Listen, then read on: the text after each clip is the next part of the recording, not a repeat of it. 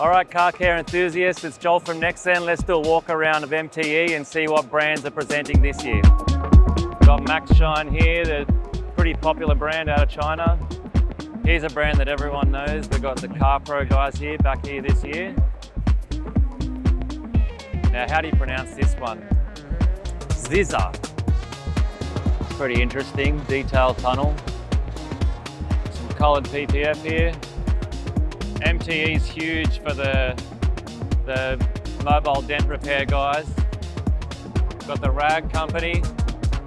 This is all the Dent Olympics where the guys come in and take all the dents out, and I think the whole idea is to get it out as fast as possible, faster than the other guys. They're also doing a detailing competition this year, so we've entered Anthony into that, so it's over today and tomorrow. They'll have some black panels that everyone has to polish the defects out of. Here we've got Dr. Beasley's. Mike Phillips will be around here somewhere. 3D products, IGL coatings over here. Rennie Doyle down here with Dynabraid. Auto Fiber. They've got some really popular products actually, those guys. Hey, good. Have you got anything new? You want to give us a demo for YouTube? Yeah, why not? Awesome. The most expected tool in the world of detailing. The iPhone Pro 2. I don't know if you're familiar with it. Yeah, definitely. Yeah. Where the idea was to launch it last SEMA show. Yeah. But we couldn't. We were making some improvements. So yeah, this is it.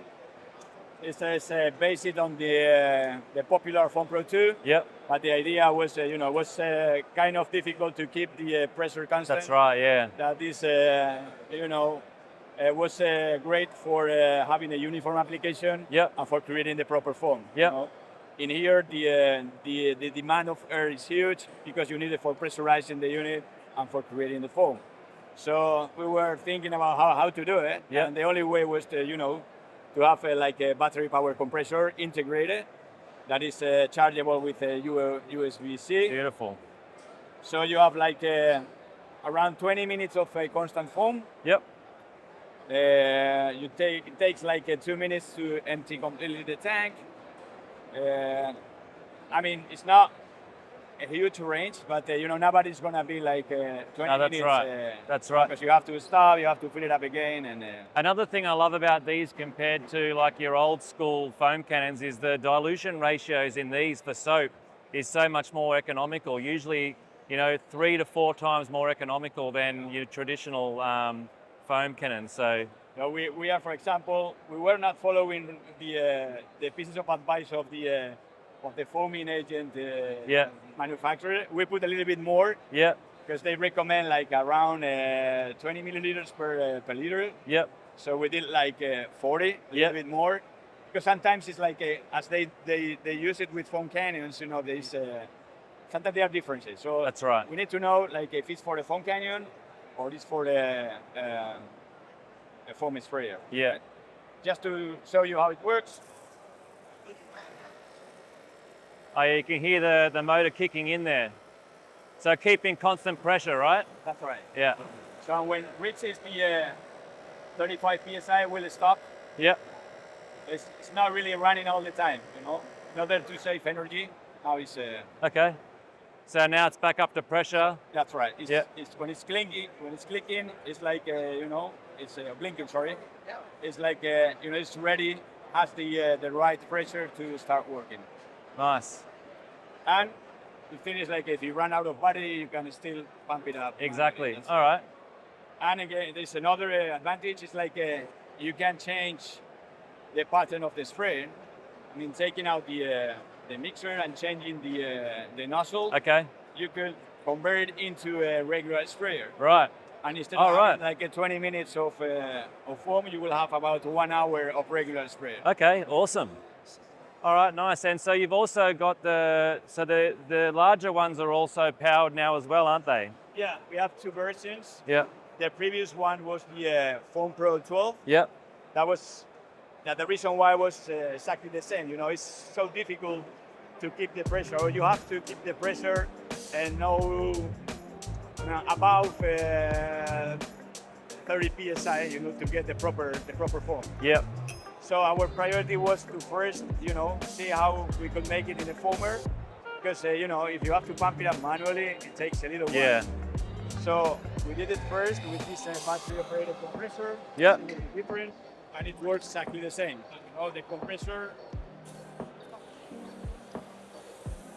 Wow, it's nice foam.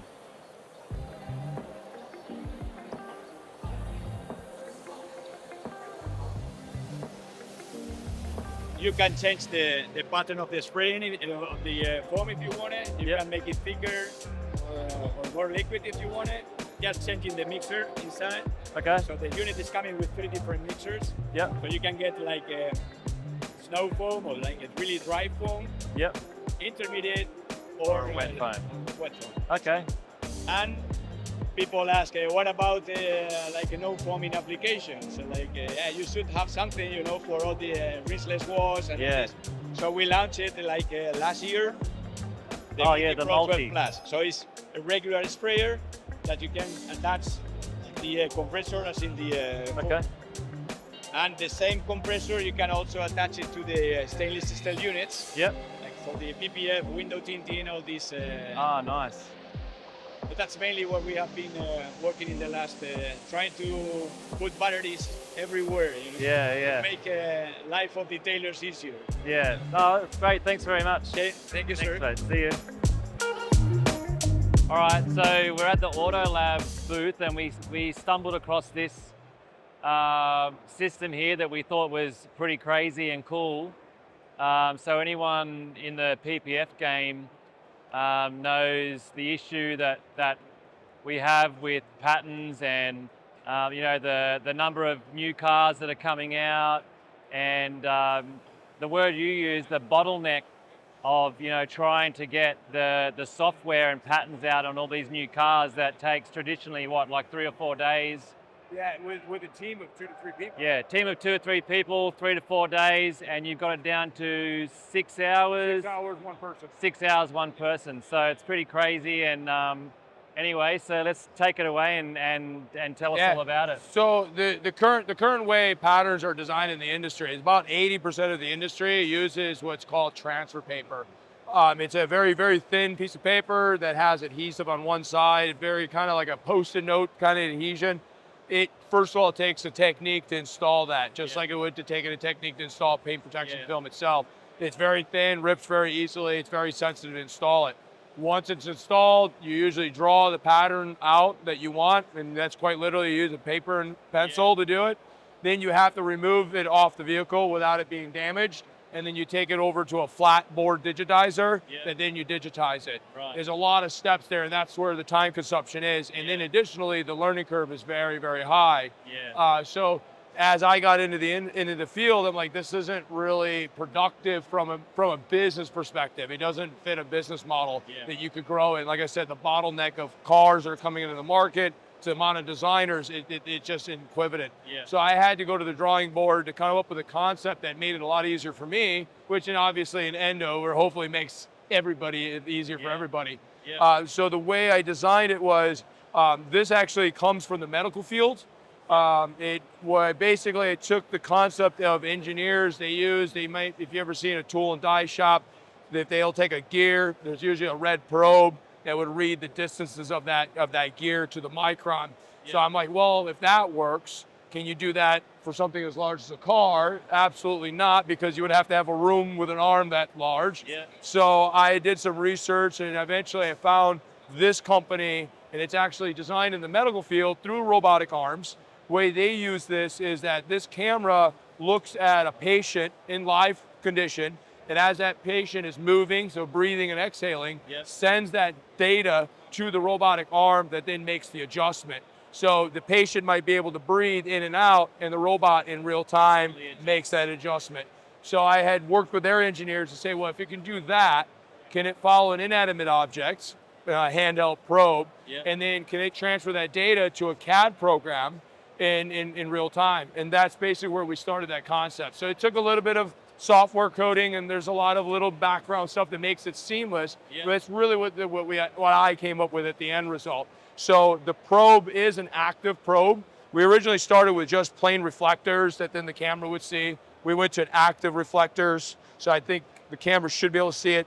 We have strategically placed LEDs. Yep. These LEDs are also strobing at a very specific rate that then the camera is synced to, almost like a shutter speed. So like if you ever seen a helicopter propeller in a video, it looks like it's not moving. That's right. Same concepts here, that sync happens. Okay. So then there is no interference of RF because there is no RF interference, and there's also no delay between the probe and the camera. So as long as they see each other, they're basically one unit. Right. Then the tool is calibrated to know where this is in real space in reference to everything here. And I have different probe files, so I have different tools of different lengths to get different curvatures of the car. Depending on how accurate you need it to be. Know how easy it is to work with the vehicle. Right. So if you have an edge, Yeah. I have an edge tool that makes it really easy to grab an edge, because it's Okay. really hard to hold a ball on the True. tip of an edge. Yeah. This is really easy. So we can change the interface. Obviously, you'll have to go in the program to tell it where the new center may be, Yeah. but that's as quickly it is. And it just makes the operator, it makes it that much easier to operate Yeah. the device. And then from there, we can design our own pattern however we want, because we're not perceptive to the surface, because Yeah. most people are asking, well, why aren't you using 3D cameras? Why aren't you using 3D scanners? We have.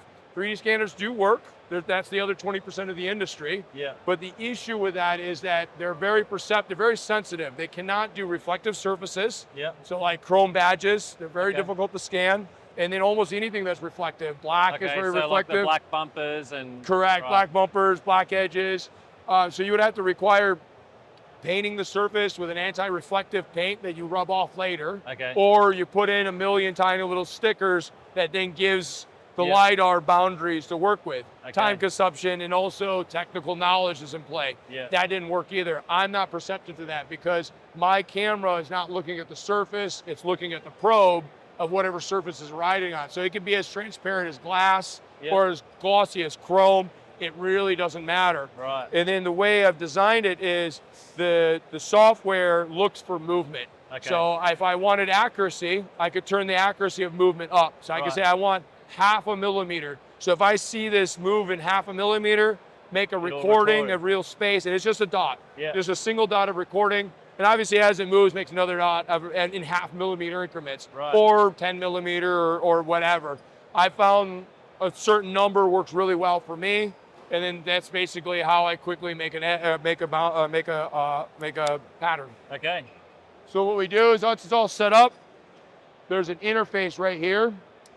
It tells me that the camera is seeing, so I know as an operator, it's working actively.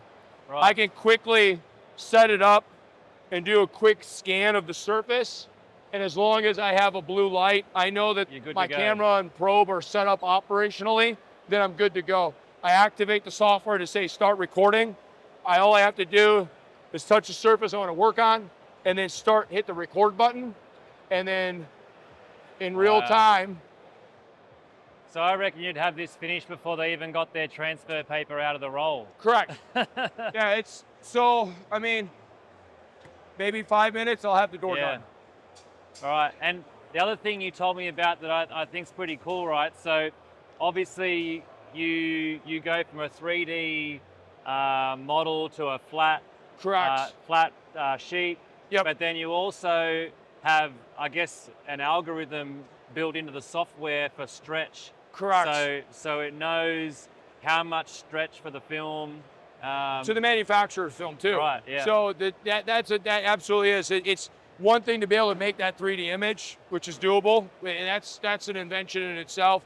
The second part of my invention is that, yeah, I'm able to make it flat, but then I'm able to take Newton meters of information so that everybody has a certain Newton meters of stretch and shrinkage. Every manufacturer is different. That's right. They can give us that data. Yeah. I can enter it into the computer, and then the computer will recalculate that flat piece so it optimally fits that manufacturer's ability to stretch. So if your film stretches really easily, Yeah. we can put that in there and know the software maybe will make the pattern a little bit better, so you don't have to have much stretch. Or you do want that much stretch, we can change that number. So, and it gives us it does it in a heat bloom, so we know visually how much influence we're having on that pattern. So I can create a fender, I had showed you earlier, create that fender, make it flat.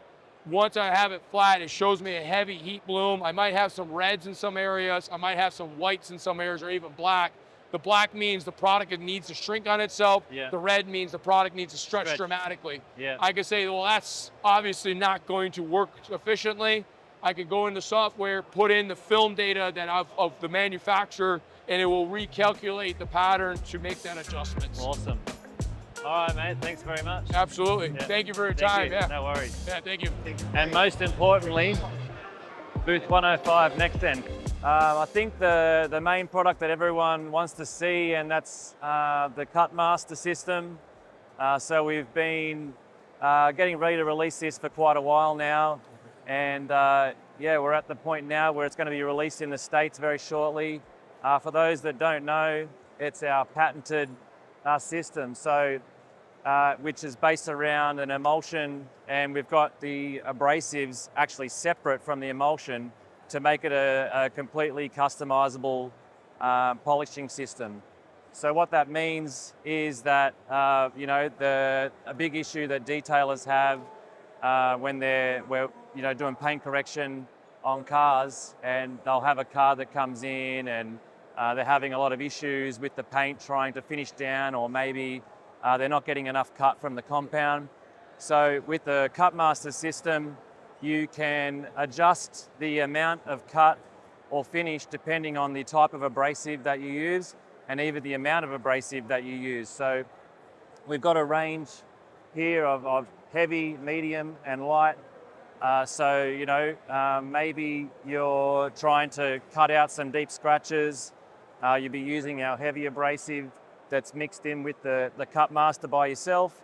And maybe it's cutting too much. You might want to, you know, turn the abrasives down a little bit so you can actually even blend the abrasives together.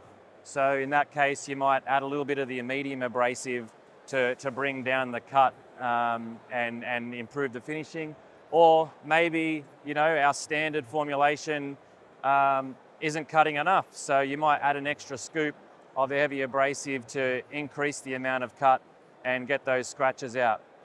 So basically the idea behind that is that it's going to save you from having to stock a whole, you know, cupboard full of different compounds and polishes, and hoping on the day that, you know, whatever you used yesterday that was working yesterday is going to work today. So yeah, it's basically an infinite number of solutions for a single system, you know, using this range of abrasives. We've also got our Pro coatings on display here. We'll be doing demos on the M3 with that. The Elite GSO2, so that's our flagship coating. High levels of graphene oxide in that, UV blocking, over 300% increase in adhesion to the substrate. So a really durable product. And followed by our Elite, which is our standard double layer Pro system. And we've also got the graphene serum and the ceramic professional, and a bunch of DIY solutions as well for those that are you know, doing their own coatings at home. And that's, you know, I'd say the most popular product we've got in the DIY range at the moment is our 365 Pro. So it's a one year coating, or a 1+ year coating that you can quickly and easily do. It's very easy to install, and for someone who has, you know, maybe not a lot of experience in ceramic coatings, that would be the perfect product to start with. There you have it, guys. Plenty of brands at MTE this year. And I think they're actually going to back to the original location next year, even bigger and better. So if you didn't come this year, definitely come and see it next year. It's just getting bigger and bigger.